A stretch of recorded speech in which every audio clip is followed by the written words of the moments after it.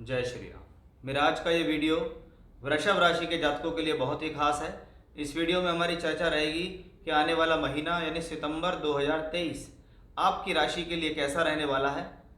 इस वीडियो में हम खास रूप से बात करेंगे कि आपकी राशि से किन ग्रहों का गोचर कहाँ चल रहा है, कब वो राशि परिवर्तन करेंगे, कब वो वक्री होंगे, क्या इस महीने बहुत खास होने वाला है, किन चीज़ों की लाभ या सावधानी है या चेतावनी आपको दे रहे हैं, वो सब इस वीडियो में हम ग्रहों के माध्यम से जानेंगे कि आपकी स्वास्थ्य सम्मान कैसा रहेगा, आपकी शिक्षा कैसी रहेगी, विवाह वैवाहिक संबंध, प्रोफेशनल लाइफ, लाभ हानि, बीमारी, ये सब कुछ इस वीडियो में हम कवर करने वाले हैं। इसलिए बहुत ध्यान से समझिएगा वीडियो को, क्योंकि इसमें मैं एक एक चीज़ को पॉइंट टू पॉइंट लेकर समझूंगा। और मैं हमेशा से कहता हूं कि थंबनेल पर जब स्पष्ट रूप से लिखा हुआ है वृषभ राशि, इसका मतलब है ये वीडियो राशि पर आधारित है, ये लगन पर आधारित नहीं है।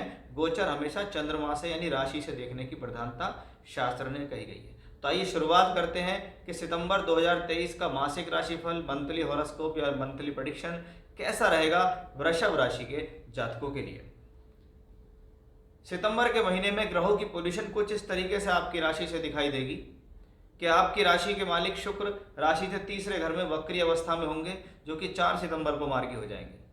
राशि से चौथे घर में देखेंगे तो सूर्य और बुध की युति बनी हुई है, जहां सूर्य 17 सितंबर को राशि परिवर्तन करेंगे, तो वहीं बुध वक्री से मार्गी हो जाएंगे 16 सितंबर को।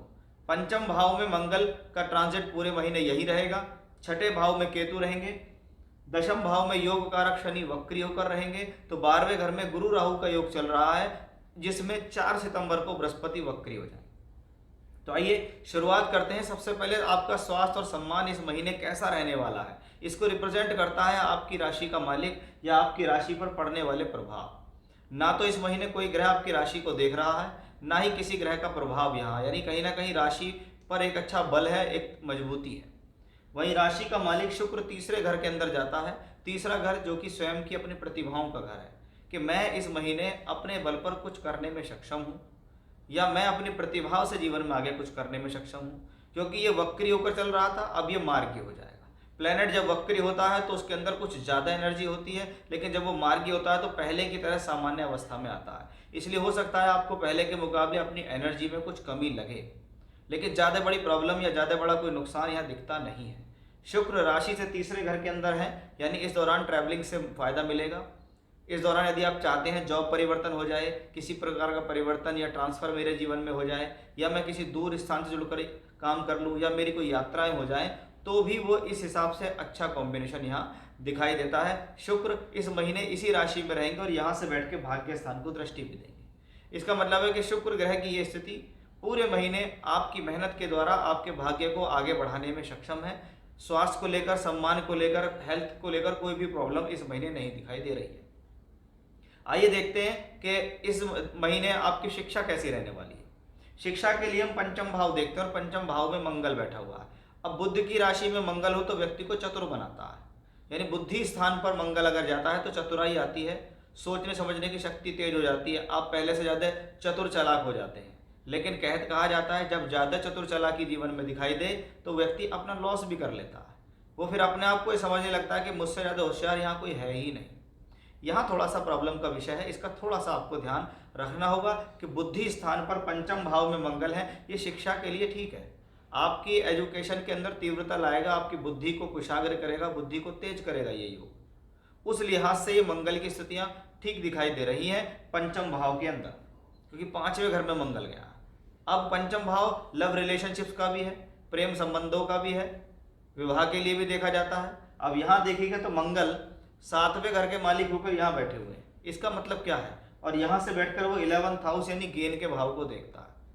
इसका मतलब है कि मंगल अकेला वो प्लेनेट है जो आपके प्रेम संबंधों को सुधार सकता है, प्रेम संबंधों में आपको डाल सकता है, आपके जीवन में कोई आ सकता है। तो बहुत बार यही स्थिति देखी जाती है कि इस दौरान परिवार से आपको एक तरीके से राजीनामा मिल जाता है कि परिवार के लोग अरेंज मैरिज ही करना चाहते हैं, लव मैरिज के खिलाफ हैं, तो वो लव मैरिज को स्वीकार कर लेते हैं और तो आपके लिए संबंध अच्छा हो जाता है।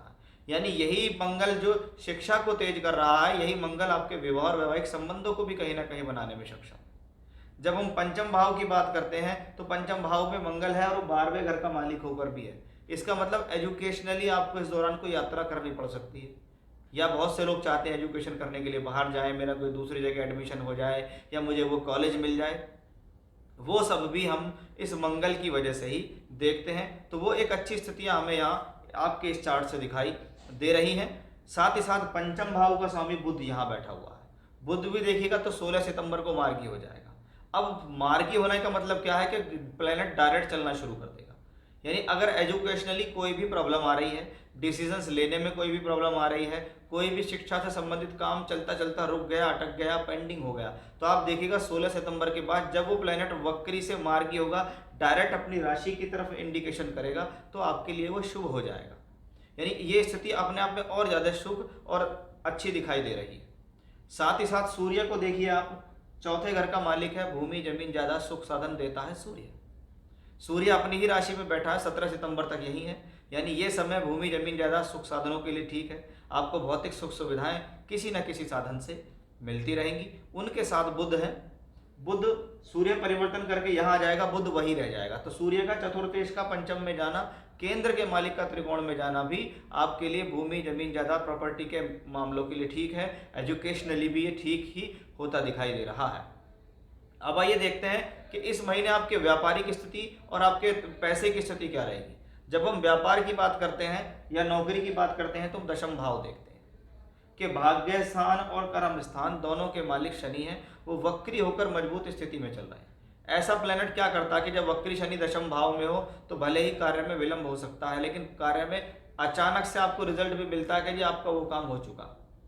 यानी अचानक से आप शॉर्ट लिस्टेड हो गए, आपका नाम कहीं सिलेक्शन हो गया, आपको कोई नौकरी मिल गई, आपका इंटरव्यू क्लियर हो गया, आपकी प्रोफेशनल लाइफ अच्छी हो गई, अचानक से आपको व्यापार में कुछ अच्छा करने के लिए मिल गया, वो भी इस शनि ग्रह की बदौलत ही है। यानी शनि भाग्य और कर्म दोनों की एक भूमिका अच्छी निभाता है। सबसे अच्छी बात यह है, जब हम कर्म करते हैं तो क्या हमें कर्म से धन मिलेगा?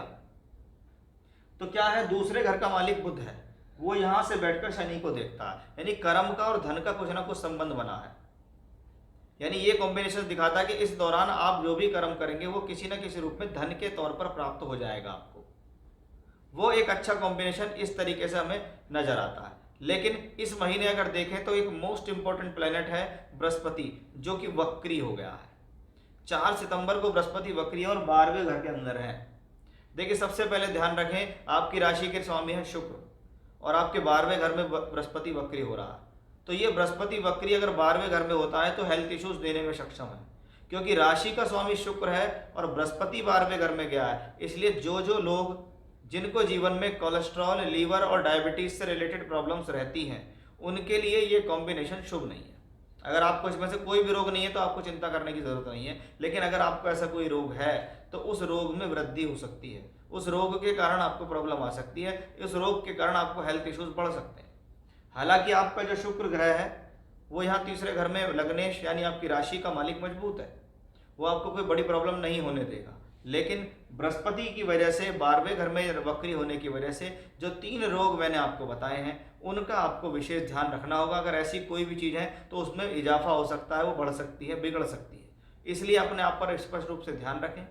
अदरवाइज 12वें घर में बृहस्पति बैठता है तो छठे घर में देखता भी है, छठा घर रोग का है तो बीमारियों पर खर्च हो जाएगा, एक्स्ट्रा खर्च हो जाएगा। आर्थिक फैसले थोड़ा इस दौरान सोच समझकर आपको लेने हैं, क्योंकि 4 सितंबर से बृहस्पति यहाँ वक्री होंगे, तो सोच समझकर धन को इन्वेस्ट करना है। ऐसी स्थितियों को शुभ बनाने के लिए आप सबसे पहले अपनी राशि के लॉर्ड को मजबूत बनाइए। और जब हेल्थ की बात आती है तो मैं आपसे कहूँगा कि आप दुर्गा सप्तशती में से देवी जो कवच होता है, देवी कवच, उसका नित्य पाठ करना शुरू कर दीजिए। ये बहुत अच्छी रेमेडी रहने वाली है इस पूरे महीने आपको, जो बहुत हद तक बहुत अच्छी स्थितियों में आपको हेल्पफुल होती दिखाई देगी। तो ये था मेरा आज का विषय कि सितंबर 2023 का महीना वृषभ राशि के जातकों के लिए कैसा है, वो सब मैंने आपको इस वीडियो में कवर किया है। जय श्री राम।